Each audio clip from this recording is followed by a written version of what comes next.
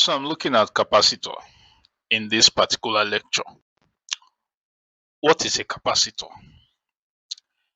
A capacitor is simply an electrical device or an electrical component that is designed so that it can store electric charges. How does this capacitor look like? It's basically made up of two conductors, and these two conductors, they are separated by an insulator. The insulator between both conductors are usually referred to as dielectric, as a dielectric.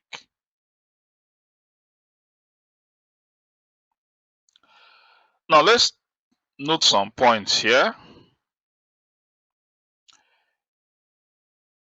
A conductor conducts electricity. An insulator does not conduct electricity. Now, this insulator, the dielectric that is placed in between the conductors, helps to store charge. And how does it do this? By reducing the voltage across the plates. By reducing the voltage across the plates. And when this happens, the capacitance of the capacitor increases. So this will now take us to discussing what is meant by a capacitance of a capacitor.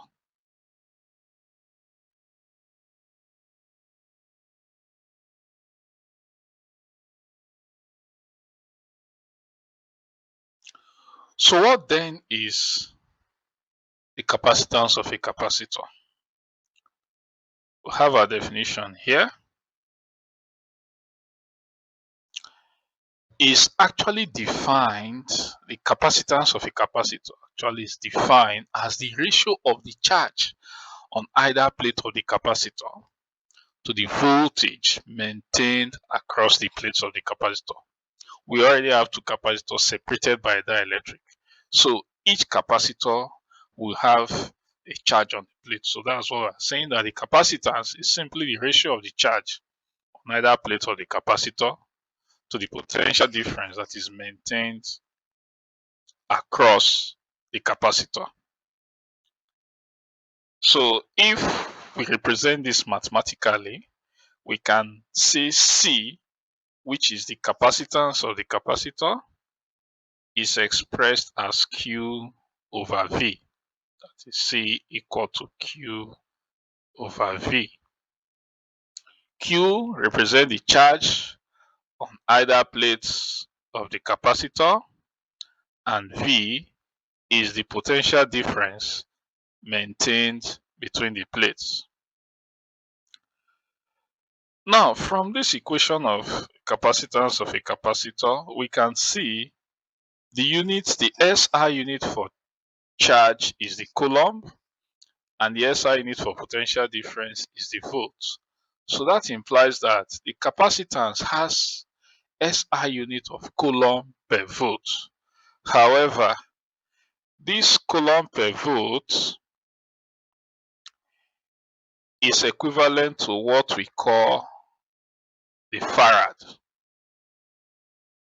That is, 1 farad is equal to 1 coulomb per volt. This farad is used in the honor of Michael Faraday. So let's just look at some other units of the farad. We have 1 millifarad, which represent 10 raised to the power minus 3 farad. We have 1 microfarad, which is 10 raised to the power minus 6 farad. We can also have 1 nanofarad, which is 10 raised to the power minus 9 farad. And then we have 1 picofarad, which is 10 raised to the power minus 12 farad. So these are other units of the farad that can be used in some calculations. Let's proceed.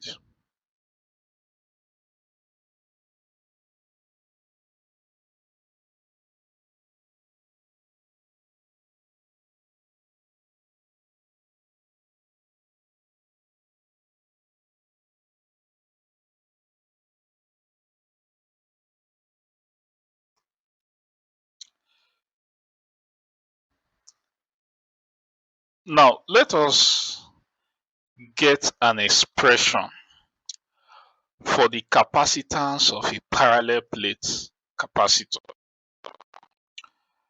Now, let this parallel plate capacitor we are talking about consist of two parallel plates, and both plates are separated by distance. Let's call that distance D. We also assume that the cross-sectional area for each parallel plate is A. Then the charge per unit area, when you say charge per unit area, is simply charge over area. So say the charge per unit area, let's represent it by Q over A, this symbol.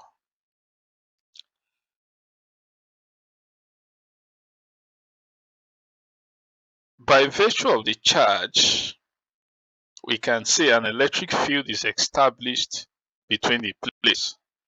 And so electric field is equivalent to sigma over A naught. A naught is the activity of free space, which is a constant given as 8.85 times 10 to the power negative 12 coulomb square per Newton meter square.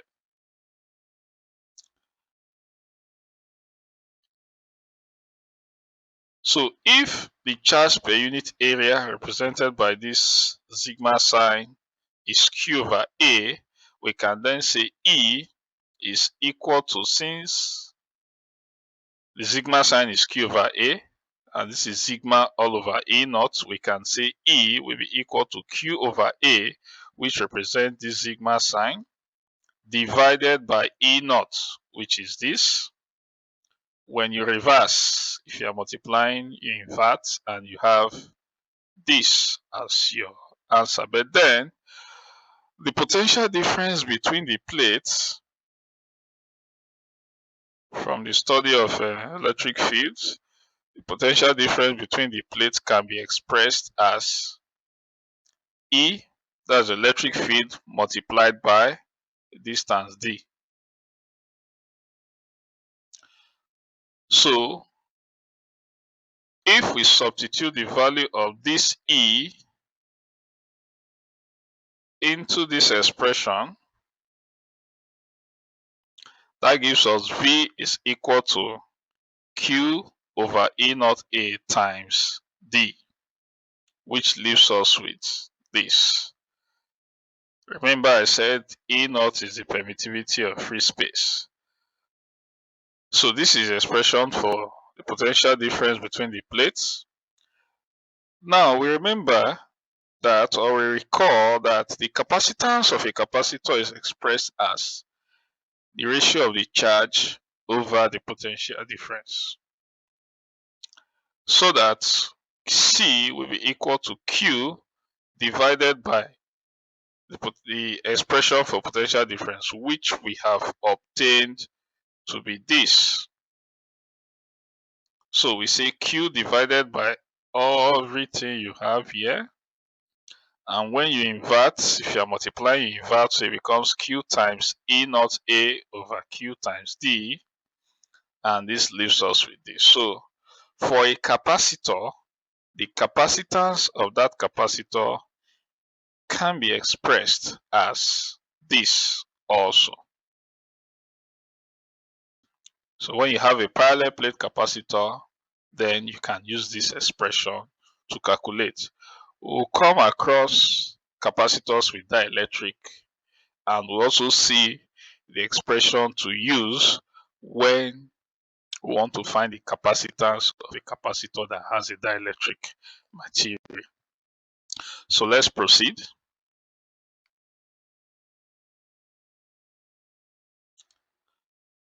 Of course, capacitors can be arranged or can be combined in series and in parallel. So let's look at series combination of capacitors. We have capacitors C1, C2, and C3. We have the source of potential difference, and we have the charge. Now, when you connect capacitors in series, as we can see, the same charge will flow through them. There are no branches here, so whatever charge that enters C1 will be equal to the same charge that will enter C2, and the same charge will flow through C3. So when you have capacitors in series, they have the same charge. However, these three capacitors will not have the same voltage. So for series connection of capacitors, the voltage is different. The voltage is different. So for you to know the total voltage in this whole connection, you have to add the individual voltage for the capacitor. So that takes us to total voltage is V1 plus V2 plus V3. That is, V1 is the voltage for C1, V2 is the voltage for C2, V3 is the voltage for C3. But then we know that the capacitance of a capacitor is Q over V, so that our voltage can be rearranged from that equation to be Q over C. If we deploy this into this expression, we can then represent V subscript T by Q over C subscript T. The subscript here represents total. So this can be read as total voltage. Okay. We are using Q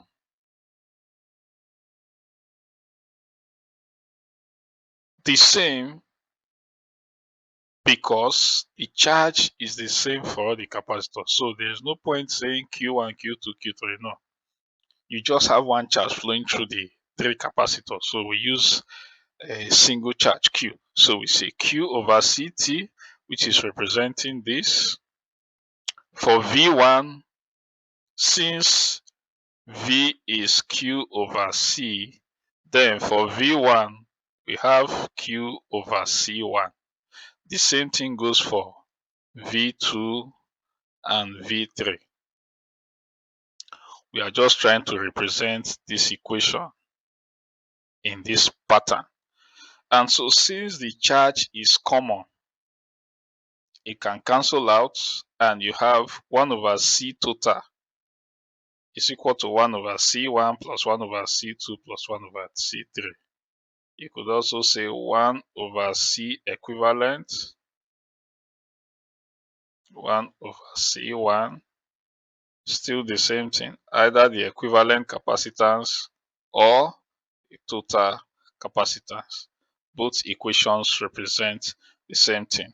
Let's now look at, so before I proceed, if you want to solve for total capacitance in series, this is the expression to make use of. So let's look at capacitors in parallel.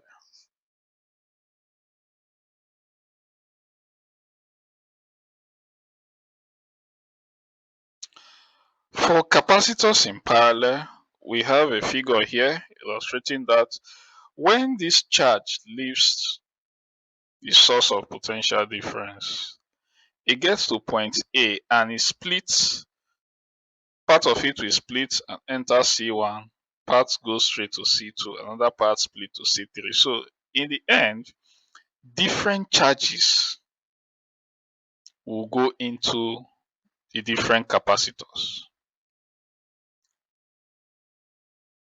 However, when they are in parallel, they are maintained at the same voltage. So all the capacitors will be maintained at the same voltage for parallel connection, but the charges that will be flowing through each of them will not be the same, so to be different. So for you to know the total charge, you have to sum that of the individual charges. So we say the total charge Q subscript T. The T here signifies total. So the total charge is equal to Q1 plus Q2 plus Q3.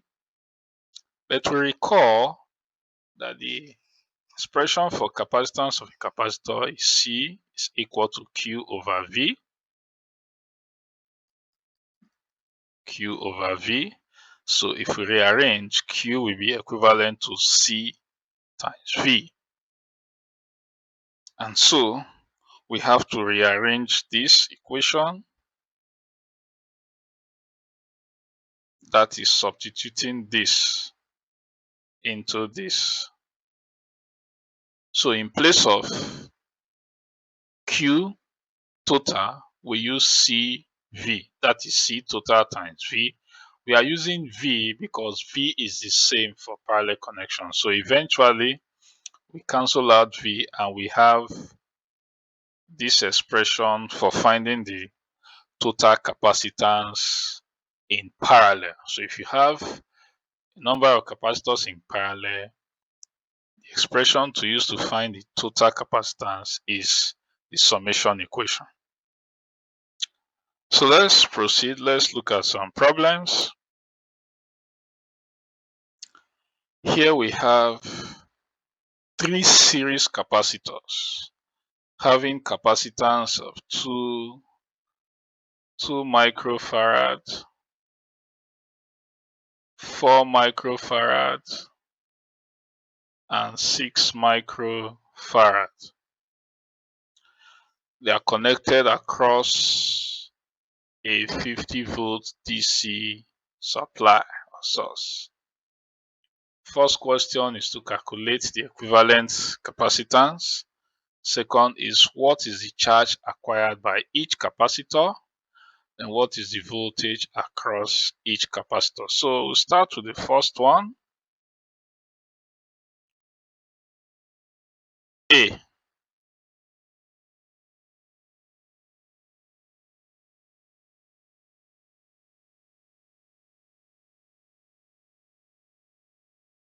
This is just a short form for solution.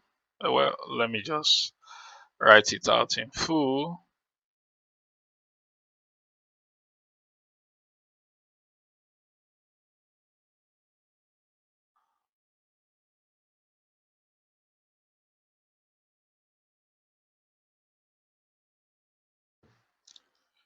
In parallel, okay, sorry, in series, so we use the reciprocal law. So we say 1 over the C total will be equal to 1 all over 2 microfarad plus 1 all over 4 microfarad plus 1 all over 6 microfarad. This eventually gives us, if we find the common factor, we can use 12 as the common factor here. So 2 into 12 gives us 6. And so we say 6. 4 into 12, 3. 3 times 1, 3. So 6 plus 3 plus 1. So we have that 1 over C total is equivalent to 6 into 12 is 2. 2 times 1 is 2.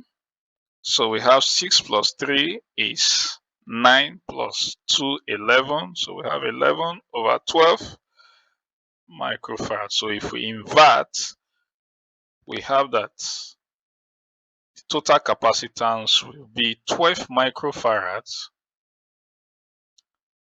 all over 11, which approximates to 1.09 microfarads. The answer can either be left in fractional form or decimal form. For part B, we are required to find the charge acquired by each capacitor.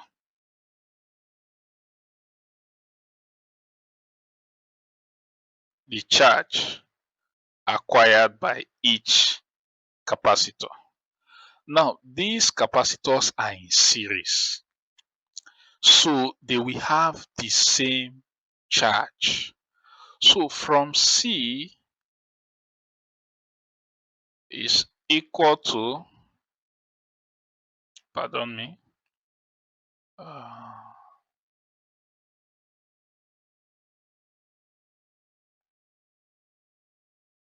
from C equal to Q over V, we have that Q will be equal to C times V. Now, since this is a series connection, which implies that all the capacitors will have the same charge, we are going to use the equivalent capacitance to find the charge. So it says Q will be equal to equivalent capacitance is 1.09 microfarad, which is the same thing as saying 1.09 times 10 raised to the power minus 6 farad. So 1.09 times 10 raised to the power minus 6 farad times 50, because V is 50. So this leaves us with 5.45, pardon me.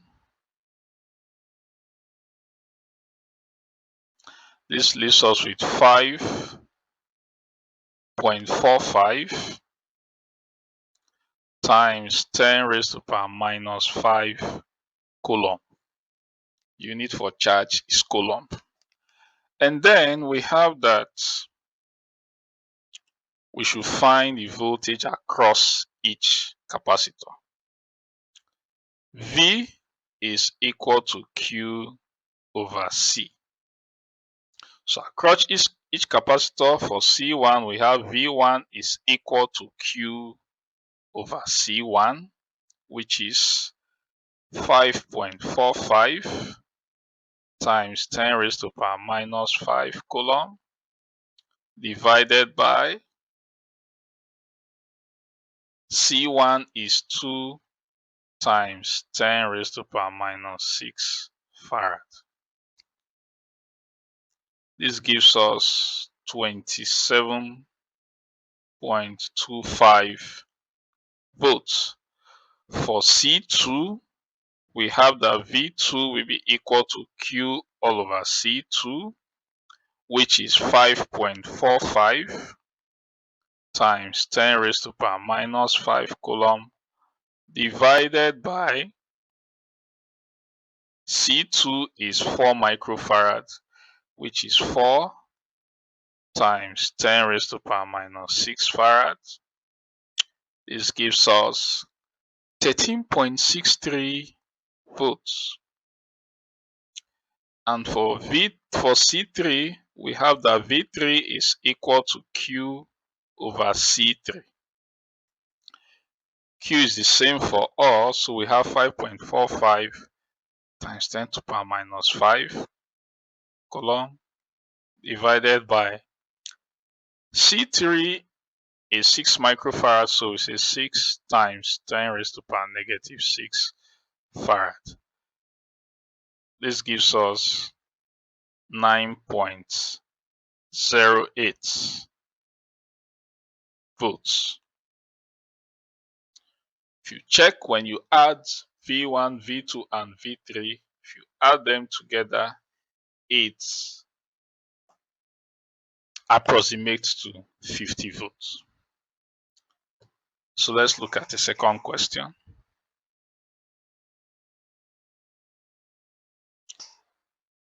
So we have a second question here. We have 3 capacitors, 2 microfarad, 4 microfarad, and 6 microfarads. They are connected in parallel. What is the equivalent capacitance?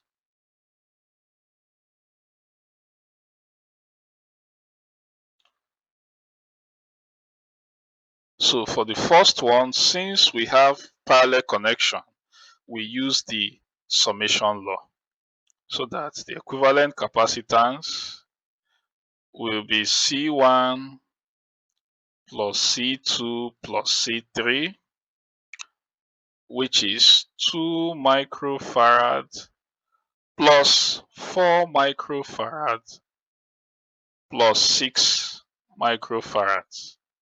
This leaves us with 12 microfarad as the equivalent capacitance.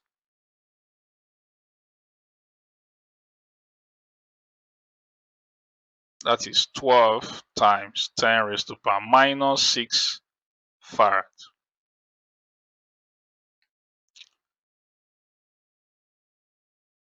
Then part B says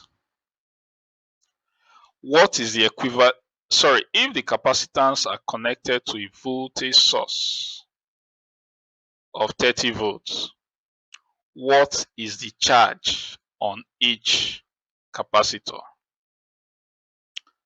Now, since they're in parallel, each of these capacitors will have different charges. So let's see how we calculate that. We know that C is equal to Q over V. This implies that Q will be equal to C times V. So for the first capacitor, we have that Q1 will be equal to C1 times V. C1 is 2 times 10 to the power minus 6 farad. And V is 30 volts, so we say times 30 volts. That gives us 6 times 10 raised to the power minus 5 coulomb. For Q2, we have C2V, which is 4 times 10 raised to the power minus 6 farad times 30 volts. That gives us 1.2 times 10 raised to the power minus 4 coulomb. And then for Q3, we have C3 times V, which leaves us with 6 times 10 raised to the power minus 6 farad times 30, and that gives us 1.8 times 10 raised to the power negative 4 coulomb. And then part C says we should calculate the total charge for this parallel connection. The total charge is simply the sum of the individual charges. That is Q1 plus Q2 plus Q3. So the total charge will be 6 times 10 raised to the power minus 5 plus 1.2 times 10 raised to the power minus 4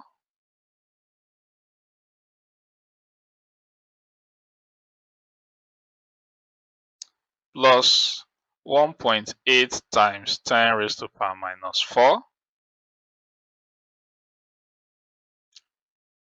all in coulomb, so that the total charge eventually gives us 3.6 times 10 raised to the power minus 4 coulomb. And let's take a third question. So this third question says, consider a parallel plate capacitor with area 5 cm squared. If the distance between the plates is 2 millimeters, calculate the capacitance of the capacitor. This is E naught.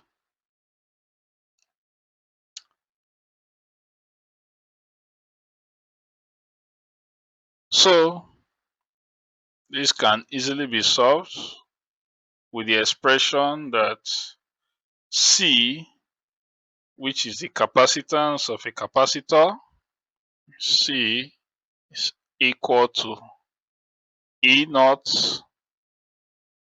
times A all over D.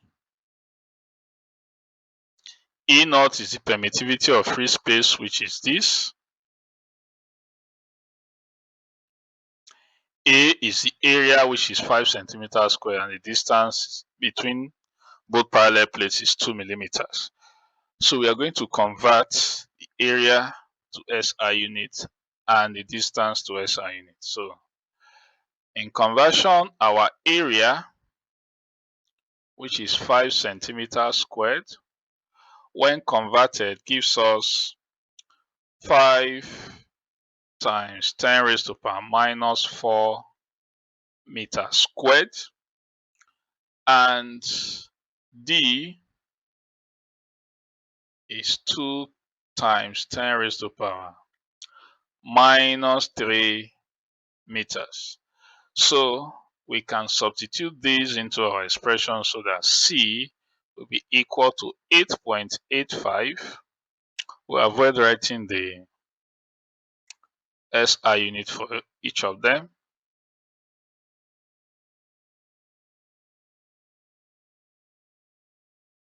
Times the area, which is 5 times 10 raised to power minus 4,